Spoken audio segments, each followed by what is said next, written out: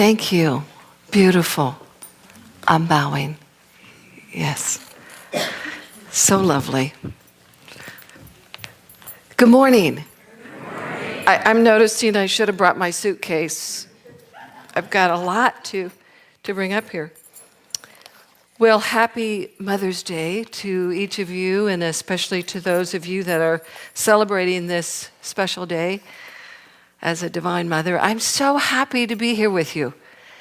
I just got here a few minutes ago. Larry got here in late September, and so we've had this dance of transition, and so I'm so happy that we're all here and that you're here. And what an amazing, wonderful community this is that I'm getting to be part of. So I'm so blessed and honored to be here with you today. I'm going to put this book right here. How many of you have read this book, Return to Love? Yeah, it's a classic, yes? It's the book I go to. It may or may not stay, so let's just, yeah. When I want to talk about love, Marianne Williamson's Return to Love. So if you're new here today, know that I'm just here a couple of times a year. And this amazing man right here is going to be with you next week and beyond, but welcome if this is your first time here. It's an amazing group, and I know that Divine Love speaks through each and every one of the individuals here, and I'm so grateful. So our Mother who art in heaven is what we're talking about today. And that might make a few of you wiggle around. You know, have we converted the Father God to a woman? No. Yeah, that's the good news. But because God is not a male or female, right? Right. That it's just a term that we use. It's an endearing term, both father and mother. And so today we're recognizing the Divine Mother in all of us. That nurturer, that one who loves, that one who speaks of peace and compassion and love and care. And we all hold those attributes. But because it's Mother's Day and because you are now my family and I'm a mother, I have 2 boys. So does Larry. Yeah. And so I wanted to share with you what I got this morning in the mail. And our older son is 31, and he lives in Santa Rosa. And his wife, they just got married a little over a year ago, lost her job. That's happening all over. And so they didn't have a lot of money, so they made this card, and I wanted you to share it. She wouldn't let me open it till this morning, but now that we're family, is it all right that I share it with you? Okay. So it's sort of like back to school. Yeah, it's so adorable. They're 30 and 31. It's just, so it says, Mom, we couldn't think of what to get you for Mother's Day. That's the first page. And we only have one income, so we can't really even afford anything. Been there, done that. Jewelry she's got on there, too expensive, flowers, But we know what we're getting you for Christmas.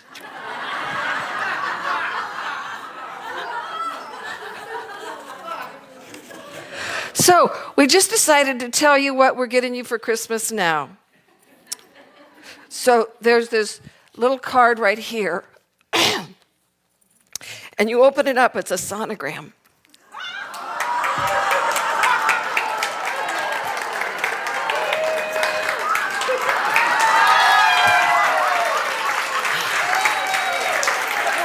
I'm going to be a grandmother.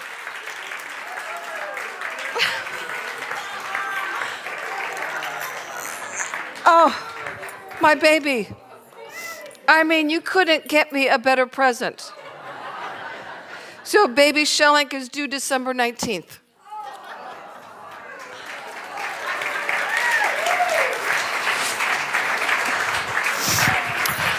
So one of the best parts was the next one. I'll just quickly open this. And here it is. The adorable bib, I love my grandma.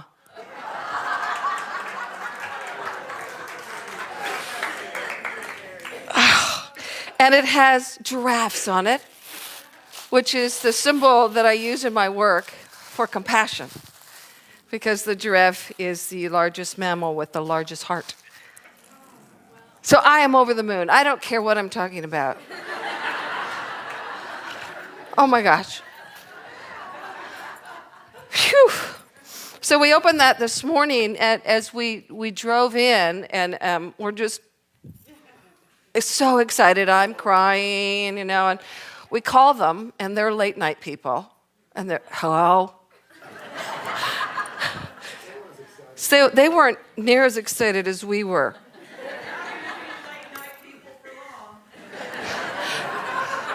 Yeah, life is going to change, yes. So anyway, I wanted to share that with you, and what a beautiful gift for all of us to know that there's another divine being getting ready to be birthed into this world, and that we all get to be a part of that by becoming who we've come here to be. And the song, about recognizing that I am the love, I am the joy, I am the peace. So that is our work as souls, to embody that divine essence of us, to allow that beauty and that love to be made known on earth. And that's what these teachings are about. Our core value here, your core value here, one of them is love. And that is on your website. That is about recognizing the divine nature of us is love. So unity, which is an extreme, a positive approach to life, is more about seeking and accepting the good in people in all, right where we are. That we are welcomed and accepted right where we are on our spiritual path. And that God is seen as having so many attributes. But the most important one is that God is love. So that's what we want to magnify on these days, on Mother's Day, is to recognize, yes, that God is a principle, God is omniscient, God is all-powerful, omnipresent, everywhere present, is substance, is life itself. But today, we want to remember that God is love. And so sometimes, I don't know about you, but I sort of, in unity, sort of miss that God with arms. Because we talk so much about the ideal and the idea of God as principle and energy. But every now and then we need that mother, don't we? That mother to reach down and hold us when life is not showing up the way that we were hoping. That nurturing energy that sees beyond the illusion of any character we've made up. We're good at that, aren't we? Making up characters of who we haven't come here to be. And so part of that is this beautiful idea of really remembering the Course teachings is really letting go of all that we're not. And that the task is really not to seek for love, but merely to find all the barriers within ourselves that we have built against it. That's Marianne Williamson's message in this beautiful book and the Course in Miracles. Our task is not to seek for love outside of ourselves, but merely to seek and find all the barriers within ourselves that we have built up against it. Yes? Yeah. Now that we can do, and many of us have done that seeking experience of looking for love in all the wrong places. Looking for, that love that perhaps we didn't get, and just knowing that not all of us came here with the most perfect mother. I unfortunately, or fortunately, got one of the most perfect mothers. So I get to celebrate today in so many beautiful ways, and she's still on this planet. She's 82. She lives up in Vancouver, Washington, and she is the embodiment of love. In fact, Larry calls her my mother-in-love instead of my mother-in-law. He adores her. When he lost his mother a few years back, he said, "Okay, I'm calling you Mom." So she's blessed and grateful from him. But what I know is that some of us didn't come here with the most magnificent mother. There's a beautiful story and book called The Secret Life of Bees. Powerful. It was written by Sue Monk Kidd. It's a powerful story of a coming of age of a young girl, of the ability of love to transform our life, and acknowledging and longing for this divine feminine energy. And it addresses the wounds of loss and betrayal and the scarcity of love, and it demonstrates the power of women coming together to heal those wounds, to mother each other and themselves, to create a sanctuary of true family and home. So there's this beautiful young girl coming of age, 14, Lily, in South Carolina. She has a neglectful and harsh father, and she's longing for a mother. And this mother of hers died mysteriously when she was young. And so it's a beautiful story about returning to love, about forgiveness, about the divine mother within. And she so desperately wants to find that love. So she finds this beautiful community of women, these black women in the civil rights time, takes her on this amazing journey. But mostly, they teach her about the divine mother within. They have this beautiful black Madonna that they worship every Sunday. They have these rituals that they do, and they invite her into this. And so August, the sort of matriarch says, "No, listen to me, Lily. I'm going to tell you something, and I want you always to remember this." That's when your ears should really be wide open, right? She says, "Our Lady is not some magical being out there somewhere, like a fairy godmother. She's not the statue in the parlor. She's something inside of you. She is an aspect of you. And she has a presence in you. Do you understand what I'm telling you?" And so Lily swallows. "Yes, Our Lady is inside of me," she says. But in the book, she's saying, "I don't really get it yet." And that's where some of us are, yes? We hear these teachings. We know that there's a spark of divinity in us. We know that there is an infinite love in us. We know that the essence of who we are can never be destroyed by anything out there. And yet there's a world that continues to remind us of fear and scarcity and lack, of competition, of I'm not enough, you're not enough. And so these teachings are to be a gentle reminder over and over for each of us, yes? Because it's sort of easy to forget. Yeah. It's easy to forget. So, our Mother who art in heaven, hallowed be thy name.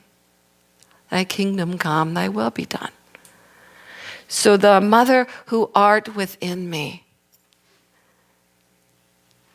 Because in unity we know that heaven is not a place we go to when we die. It is a state of consciousness. So the divine mother who art within me, the love in which I seek outside in the world is already here. And it is up to me to begin to let go of all of the barriers in which are hiding its true magnificence. When I got sober 25 years ago, isn't that wonderful?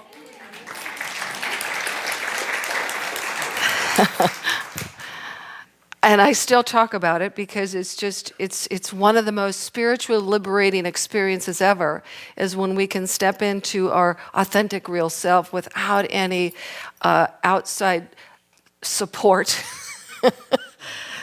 known as addictions. Yeah.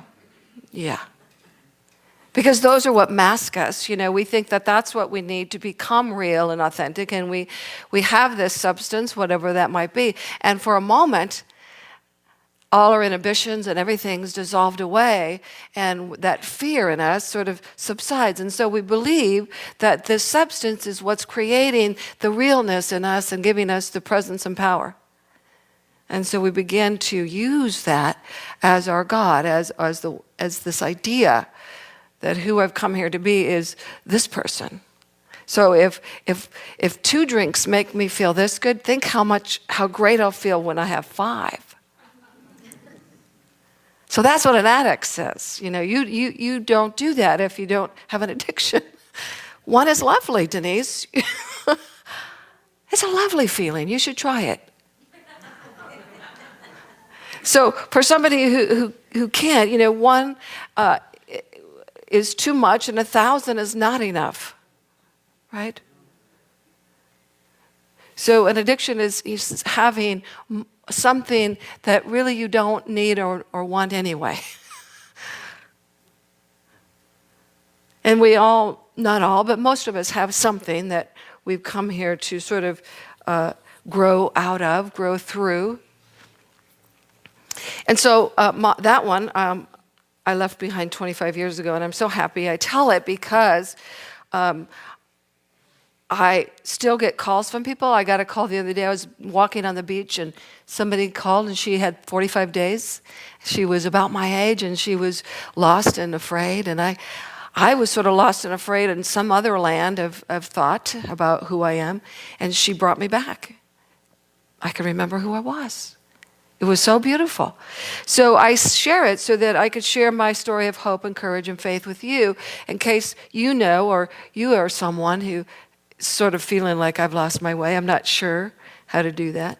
So we do that one day at a time. We do that with the support of one another. Another beautiful being on this planet about mother is Myrtle Fillmore. How many of you have heard of Myrtle Fillmore? Good answer. They're For those that don't, Unity, Charles and Myrtle Fillmore co-founded the Unity movement, and Myrtle Fillmore was one of the first, or the first, to sort of have an embodiment of healing.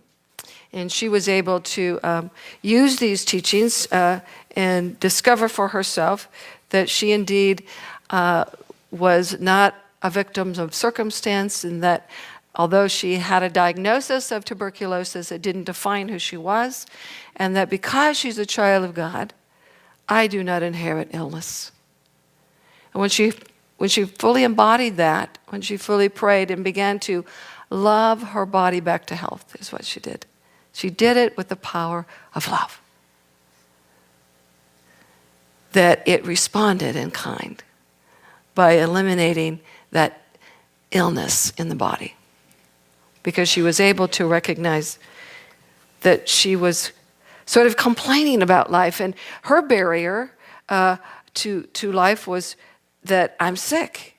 I've inherited a disease called tuberculosis. And she bought into that lie.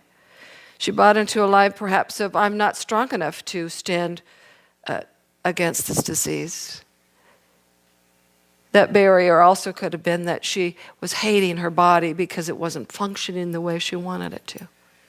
So those are the barriers in which we can create a life that is not our fullest extent. So releasing the barriers that block the awareness to love's presence. Releasing the barriers. Maybe it's addictions. Maybe it's I'm not enough. Maybe it's the body. Maybe like Lily, you came here without a beautiful mother and you're yearning for that. But our task is not to seek for love, but merely to seek and find all the barriers within ourselves.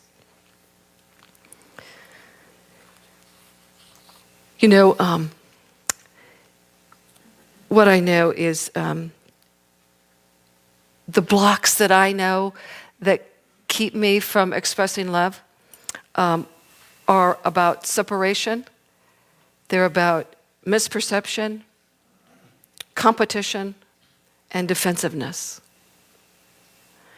If I'm experiencing any of that, if I feel separate from you or from God, if I have a misperception about what you've done to me or who you are, if I'm in competition with you, if I'm feeling defensive because you're saying something, then I have built a barrier for myself and for you.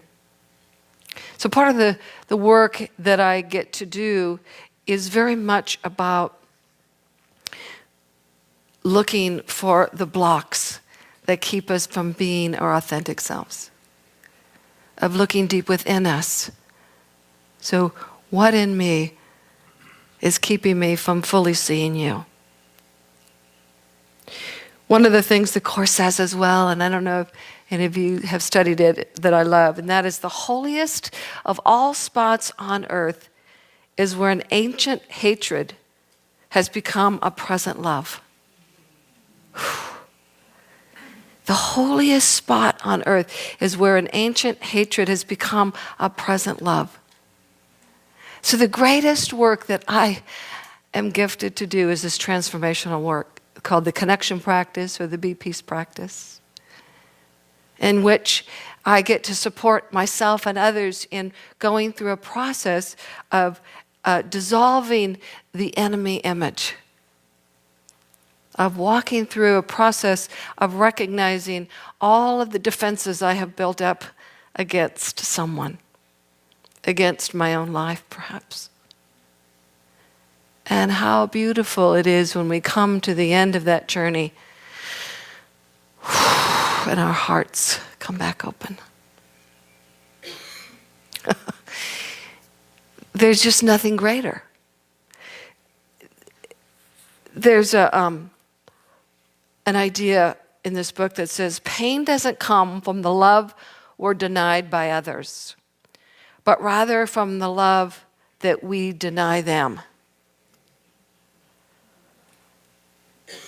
In that case, it feels as though we're hurt by what someone else has done, but what really has occurred, someone else's closed heart has tempted us to close our own. And it's our own denial of love that hurts us. Yes? Yeah. And the awareness of that is this work. Just the awareness of that. Of how perhaps I have put up some barrier to keep me from fully being one with you.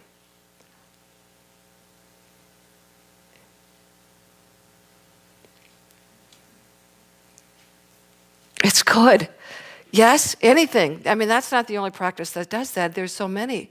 But that's what I want to do. My new purpose statement that I wrote just not long ago, it says, I am here to be the presence of peace. I am here to be the presence of peace, to awaken to my authentic sacred self, to live fully, expressing and sharing generously with everyone in love, joy, and gratitude. You like it? Yeah. It's so good. I have to grow into that, though. Yes? Yeah. So when we make these big statements, of I am statements, it doesn't mean we're fully realized. It means that we know that that's the truth of us. That's where we're heading as Jesus was, that he came, we believe, as fully human, as you and I have. And he had a spark of divinity in him. Only his spark got ignited. And he became fully realized. And that's the journey we're on. Yes? Yes. To fully realize our divinity. And we get glimpses of it. I get glimpses of it when I bring down those walls. It's sort of like, the story of the iceberg. An iceberg exposes itself about 10 or 15, 20%. The rest of it is submerged. So this sacred, authentic life that I'm here to do and that you're here to do is becoming vulnerable, of pulling down the watermark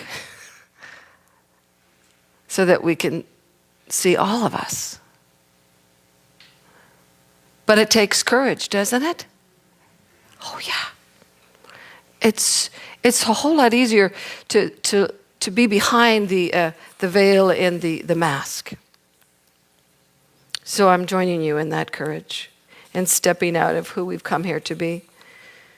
And so today is Mother's Day, and I want to end with this idea of standing together with this beautiful idea called Standing Women. So today at noon, right outside here, I invite you to join me in lots of others here and around the world, globally, that are standing together in a world that works for everyone, but particularly our children.